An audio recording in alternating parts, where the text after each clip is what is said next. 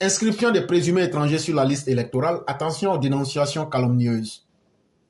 Comme le dit le titre, il y a les inscriptions des jeunes majeurs, il y a les corrections d'adresse et tout sur la liste électorale. Il n'y a pas de problème. Certains ont déjà vu en cela, notamment l'opposition ivoirienne, une occasion de bien vouloir dénoncer. Ah, est-ce que Binet, elle n'est pas Peul? Est-ce que M. Bamba qui est là, lui, il n'est pas peut-être lobby? Est-ce que... tant. On reste dans nos imaginaires et on accuse des gens. Mais quand tu accuses quelqu'un d'un crime que la personne n'a jamais eu l'intention de commettre, ça fait mal.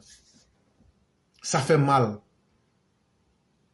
Et malheureusement, quand tu touches à la dignité d'une personne, la dignité, certains vont me demander, mais c'est quoi? La dignité là, que le monde entier te considère, que le monde entier ne te considère pas. La valeur que toi tu te donnes à toi-même là, c'est ça ta dignité. Ça veut dire c'est ça qui va faire que les gens vont te respecter parmi les gens. Un homme sans dignité, même un animal est mieux que toi. Maintenant, cette dignité-là, elle n'a pas de prix. C'est la chose que tu peux perdre facilement, comme c'est la chose aussi la plus difficile qu'il faut laisser que quelqu'un vienne te prendre. Voyez-vous, pour perdre sa dignité, il faut être quelqu'un qui ne respecte pas sa parole. Pour perdre sa dignité, il y a des actes qu'on ne devrait pas poser. Il faut rentrer dedans. Pour perdre sa dignité, toi-même, il faut ne pas avoir de barrière. C'est-à-dire, toi, ta vie, là, il faut faire ça comme journal télévisé. Si tu permets à tout le monde de rentrer dans ta vie, c'est que tu n'as pas de dignité. Hey, tout le monde ne doit pas rentrer dans ta vie. Tu dois être capable de sélectionner avec une rigueur implacable tes fréquentations, tes amis. Nul n'est parfait. Même quand tu fais une mauvaise chose, ou bien quelque chose qui n'est pas bien là, c'est pas à toi-même d'aller dire aux gens, voilà ce que j'ai fait. Dieu est suffisamment grand. Tu peux te corriger. Si tu es musulman, tu vas. Chez eux, c'est facile. Tu n'as même pas besoin d'aller à la mosquée. Tu peux faire le repentir qu'ils appellent Al-Tawba. Et si tu es chrétien, tu peux aller à l'église et puis te confesser.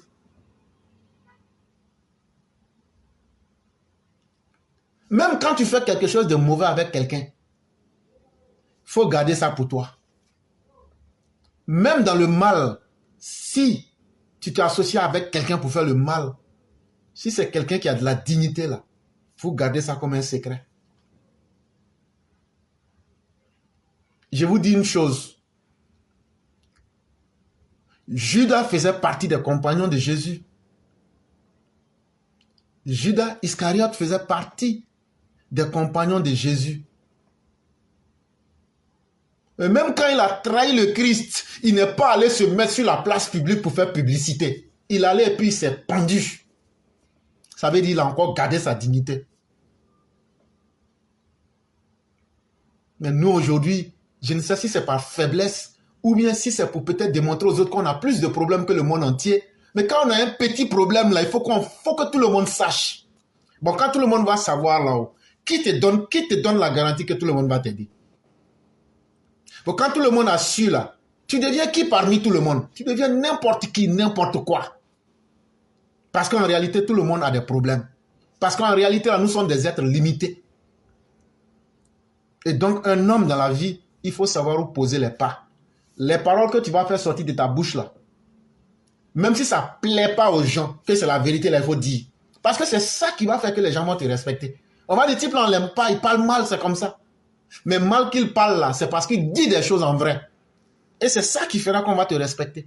Et comme nous disait Nietzsche, dans le surhomme, contrairement à ce que beaucoup pensent, ou même les mauvaises interprétations, le vrai surhomme, le Dieu de Nietzsche, en chacun de nous, c'est la nature que Dieu t'a donnée là. Il faut pouvoir l'exprimer de façon claire et assumée. C'est pas le plus fort, c'est pas le plus riche, c'est pas celui qui est au-dessus de tout le monde, non. C'est l'être humain qui est resté en harmonie avec sa propre nature. Faut pas laisser la société ou même les gens t'influencer et puis te changer. Et puis maintenant, tu deviens le résultat de la masse. Quand tu ne crois pas en quelque chose, là, aie le courage de dire, je ne crois pas en cette chose. Et quand tu crois en quelque chose, même si tout le monde va se sentir blessé, là, dis ce que tu penses. Parce que c'est en fonction de ça que tu seras respecté. Mais malheureusement, en Côte d'Ivoire, il y a certains qui ne l'ont pas compris. Il y a certains, au nom du tribalisme, au nom de la haine, au nom des sentiments qu'eux seuls connaissent, peuvent blesser les gens, peuvent, je vais même dire, éventrer la vie des gens et calomnier les gens sans chercher à se dire que ce que je fais là, ça tue la dignité de quelqu'un. Ça blesse quelqu'un au plus profond de sa propre humanité. Et malheureusement, la loi, quand je dis bien malheureusement, permet de dénoncer ceux qui sont frauduleusement sur la liste, mais ce n'est pas aussi une campagne de délation. Parce que quand tu dis que quelqu'un est un étranger, parce que son père est étranger,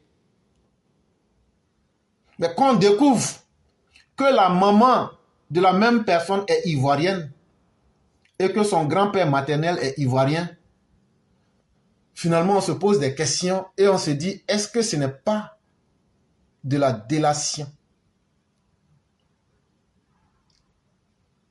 Et quand on a posé un acte devant les juridictions, en quoi est-ce que on est tenu de venir sur les réseaux sociaux pour faire de la fanfaronnade? Parce que quand on pose quelque chose devant les juridictions, le droit au silence s'impose. Ça veut donc dire qu'il y a de la mauvaise foi. Ça veut donc dire qu'il y a une volonté de nuire à quelqu'un. Et ça, les gens veulent profiter de la politique pour régler leur compte, pour régler le compte de certaines communautés. Et notamment en Côte d'Ivoire, quand on parle de xénophobie, c'est malheureusement les hommes du Nord qui en sont les victimes. C'est à croire qu'on ne trouve pas de Kofi qui soit venu du Togo. C'est à croire qu'on ne trouve pas de Kwame qui soit venu du Ghana. C'est à croire qu'on ne trouve pas de Seri qui soit venu du Libéria. C'est à croire qu'on ne trouve pas de Guéhi qui soit venu de la Guinée. Jusqu'à quand les Ivoiriens, vous allez continuer à laisser des politiciens bâtir leur réputation et leur richesse sur les vieux démons? À l'approche des élections présidentielles 2025, les accusations de fraude sur la nationalité fusent. La nationalité étant perçue comme un enjeu électoral, il faut craindre que cette inflation de soupçons de fraude ne réveille les vieux démons. Et là, dès qu'on a dit que les élections se feront en 2025, il faut forcément trouver l'ennemi. Mais en réalité, ce que les gens ne comprennent pas en politique, c'est un peu comme la religion. Et c'est pourquoi, par exemple, si je me base sur la conception musulmane de religion, même quand tu crois à une idéologie, c'est aussi une religion. Quand tu crois à une philosophie, c'est une religion. Et ce que beaucoup oublient, c'est que les partis politiques dans lesquels vous êtes là, c'est parce que vous n'avez pas une culture politique. Par exemple, quand je prends par exemple le libéralisme, par exemple le RDR est un parti libéral centriste. Ça veut dire, pour nous là, nous on prend l'homme. Et dans la société, l'homme doit décider de la place qui lui revient à travers ses efforts. Et donc, c'est un exemple rapidement que je prends. C'est la même chose. Il y a des gens qui te disent, eux ne croient en rien. C'est aussi une croyance. Mais il y a des gens qui croient aussi que c'est le tribalisme qui va faire qu'eux vont prospérer dans la politique. Et donc, c'est devenu une religion pour ces personnes. C'est-à-dire qu'il faut qu'elles trouvent un ennemi. Et comme je le disais, dans toute religion, il faut trouver un ennemi. Et en général, on va appeler cela le Satan. Il faut avoir une philosophie, une doctrine. On va appeler ça en religion le dogme. En politique, on appelle ça l'idéologie. En politique, chacun a un ennemi. Nous, là, au RDR, RHDP, là, notre ennemi, là, ce sont ceux qui sont en train de faire la promotion de la paresse, la promotion de la haine. Et donc là, même si tout va bien, on va toujours continuer à traquer ces défaillants de notre société. On va toujours continuer à montrer leur laideur pour dire que nous sommes mieux que eux. Et c'est la même chose dans une religion. Satan, lui, il accumule toutes les fautes. Maintenant, le livre sur lequel on se base, qu'on appelle le dogme, si tu es chrétien, c'est la Bible. Si tu es musulman, c'est le Coran. Si tu es hindou, ça peut être la Bhagavad Gita, et etc., etc.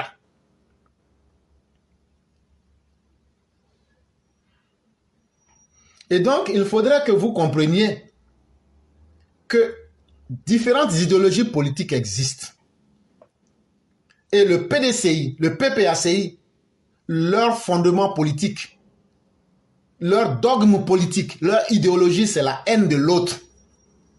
Au PDCI, eux, ils ont tellement profité du pays qu'eux ne veulent pas que quelqu'un vienne les concurrencer. Donc là, eux doivent maintenir un canevas pour qu'il y ait les fils d'eux et puis le reste de la population, les indigènes ensauvagés que nous autres nous sommes. Nous, on ne doit jamais évoluer. Voilà en réalité eux leur combat. Pour eux, la Côte d'Ivoire va aller bien si eux, les pontes du PDCI, les caciques du PDCI, si on accepte que eux, leurs enfants, leurs arrière-petits-enfants bénéficient toujours de la Côte d'Ivoire. Eux n'ont pas de problème avec quelqu'un. Ça veut dire nous autres, on va rester toujours pauvres. Et donc c'est pourquoi eux ils vont utiliser les mentalités collectives pour maintenir des barrières sociales pour leurs propres intérêts. Le FPI, Laurent Gbagbo même vous dit que lui, il volait quand il était petit. Et donc, lui, il s'est fait à partir du bas. Et lui, il dit quoi? Il faut briser toutes les valeurs pour monter. Il faut briser toutes les valeurs qui étaient là pour monter, pour prendre le pouvoir. Alors que le PDC veut maintenir. Et nous, au RHDP, nous, on est dans le juste milieu. Nous, on dit non. Il faut considérer tout le monde dans son humanité et dans son entièreté et chercher maintenant à laisser à chaque individu la possibilité de choisir là où il veut aller. Peut-être que si on explique ça simplement comme ça, beaucoup vont comprendre. Et donc, chaque fois qu'il y a des élections, il y a deux partis, c'est eux qui voient toujours des étrangers. Quand le PDC était au pouvoir, c'est le FPI qui voyait des étrangers. Quand le FPI est venu au pouvoir, c'est le PDCI qui voyait des étrangers. Mais tu ne vas jamais entendre le RDR, RHDP parler d'étrangers.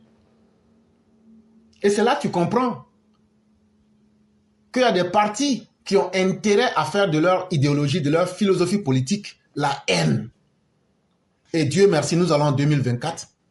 Bienvenue dans la saison 2025 de la promotion de la haine. L'actualité est de plus en plus rythmée par les accusations de fraude sur la nationalité.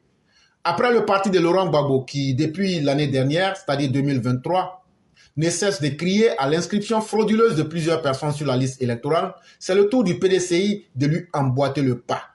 Le 11 octobre 2024, un journal proche de ce parti, le PDCI, écrit à sa une, PDCI dénonce l'inscription de plus de 2 millions d'étrangers sur la liste électorale. Jusque-là, aucun de ces partis n'écrit à la fraude. N'a pu avancer la moindre preuve permettant d'établir cette fraude sur la nationalité ivoirienne. À aucun moment, ils n'ont rendu public aucun élément probant pour étayer de leurs allégations. Pourtant, cette façon de surfer sur la rhétorique identitaire, avec en point d'ordre l'acquisition de la nationalité, peut engendrer une crispation du climat politique, avec pour conséquence une tension entre les communautés, comme ce fut le cas avant la présidentielle de 2010.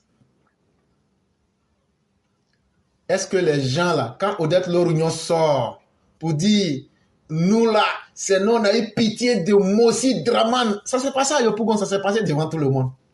Ils n'ont jamais changé leur posture. Le PDCI, qui a aujourd'hui un Sénégalais avec une forte gueule noircie. Ce Tidiane Thiam qui est allé la semaine dernière dans le village de son papa au Sénégal Vous les Ivoiriens, si vous ne savez pas, ils vous ont dit que vous êtes des gnaks. Ça veut dire quoi? Que vous êtes des sauvages. Il a négocié là-bas avec des mercenaires Peuls. C'est moi, je vous dis ça. Est-ce que ça, on ne doit pas dire? Depuis quand tu as vu un baoulé qui s'appelle Thiam? Mais tellement eux sont dans leur haine. C'est-à-dire, eux peuvent prendre un Japonais, un Libanais comme Sam l'Africain, en faire un Ivoirien avec leur bouche. Mais des Ivoiriens du nord de la Côte d'Ivoire qui ont leur village, qui sont là avant eux-mêmes qui sont en train de parler là, eux vont utiliser leur même propre bouche là pour faire de ces Ivoiriens du nord des étrangers. Et comme bizarrement, pour retrouver l'étranger, c'est toujours simple. Il faut juste lever la tête et puis regarder le nord. Et je me pose bien la question, est-ce qu'il n'est pas temps que les fils du nord puissent s'assumer pour mettre fin à cette stigmatisation d'une manière ou d'une autre? Quand je parle bien d'une manière ou d'une autre, ça veut dire ce que ça veut dire. Qu'est-ce qui fait que cette stigmatisation ne cesse pas? C'est ce qu'il faut corriger. Et donc le PDCI, le FPI, ça donne à cœur joie à stigmatiser des gens, à utiliser l'identification identitaire comme leur politique. C'est eux qui doivent décider de la nationalité de quelqu'un. C'est eux qui disent, quand tu parles net, alors lui n'est pas ivoirien, alors lui il est ivoirien. C'est ça qui va encore brûler le pays si nous ne faisons attention. On se souvient que des accusations de fraude sur la liste électorale ont été portées contre Robert Begré-Mambé, alors président de la commission électorale indépendante, parce que 900 000 personnes étaient soupçonnées d'avoir été inscrites frauduleusement sur la liste électorale. C'est ce que je vous avais défini hier à travers le rapport de crisisgroup.org.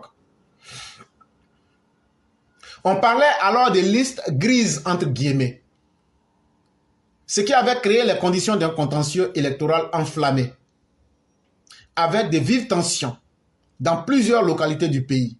Des jeunes soi-disant patriotes, des jeunes miliciens, alors favorables à Laurent Gbagbo, s'étaient érigés en gardiens de la nationalité et de ce fait, empêchaient toute personne soupçonnée de ne pas être de nationalité ivoirienne de venir se faire enrôler.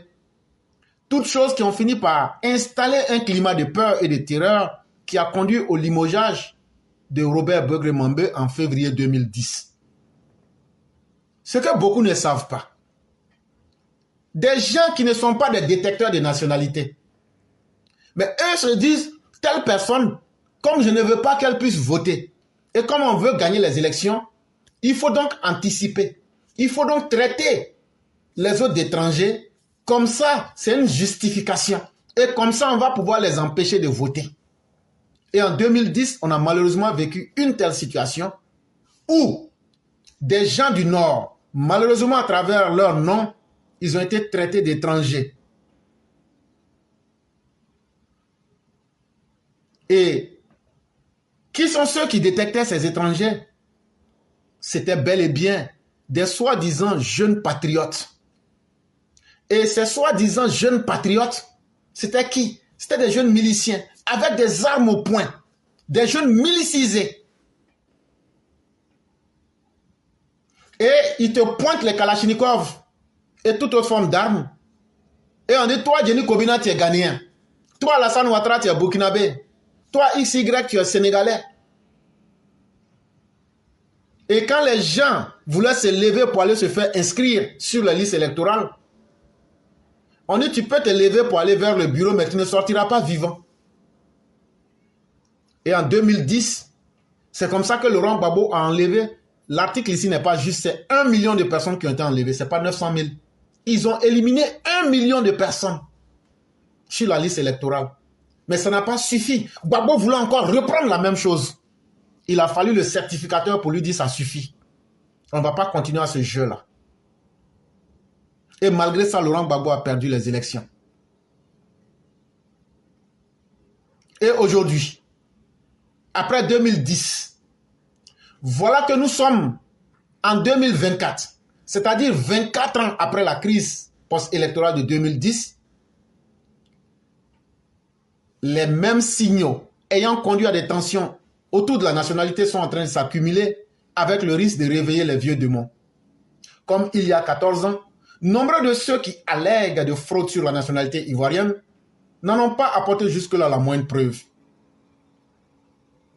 Et donc, il y a beaucoup qui accusent. Mais quand on leur demande, les 2 millions de personnes que vous avez vues, il y a le moment des contentieux qui vient apporter chacune des preuves. Et je peux déjà vous dire que vous n'aurez pas de preuves. Parce que c'est fait sur la base, avec une haine sans limite, qu'il faut qu'on puisse désavouer l'électorat du nord de la Côte d'Ivoire, comme s'ils n'étaient pas des personnes à part entière. Il fallait tuer leur dignité, il faut tuer leur humanité. Et là, quand c'est comme ça, on va pouvoir se faire inscrire et on va pouvoir gagner. Mais est-ce que vous pensez qu'un bonheur qu'on arrive à avoir en détruisant l'autre, en tuant la dignité de l'autre, en marchant sur la dignité de l'autre, est-ce que vous pensez que ce bonheur-là, vous allez l'avoir pour longtemps?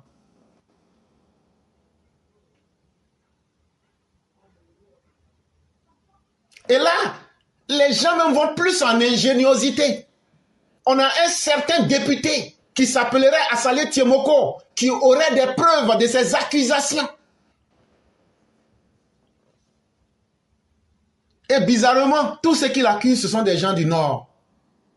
Mais il oublie que il y a des Camerounais qui sont venus, qui ont marié des femmes baoulées, juste pour avoir la nationalité ivoirienne. Hier, j'en ai parlé ici.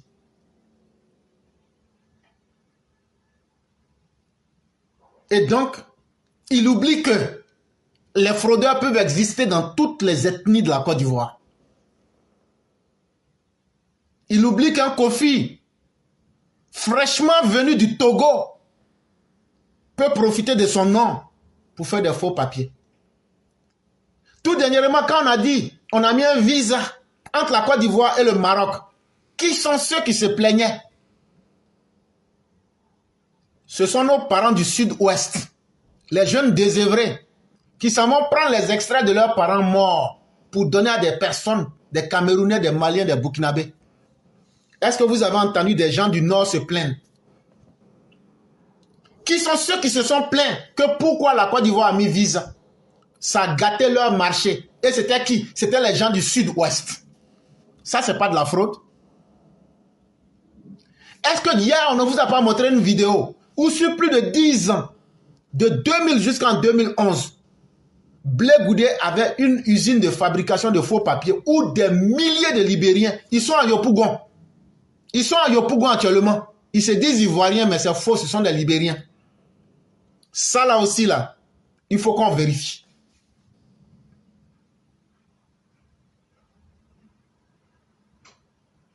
Mais comme il dit qu'il a les preuves, et comme nous aussi, nous avons pu entendre que les gens qui ont été accusés ont aussi des preuves, on attend le 6 novembre le verdict.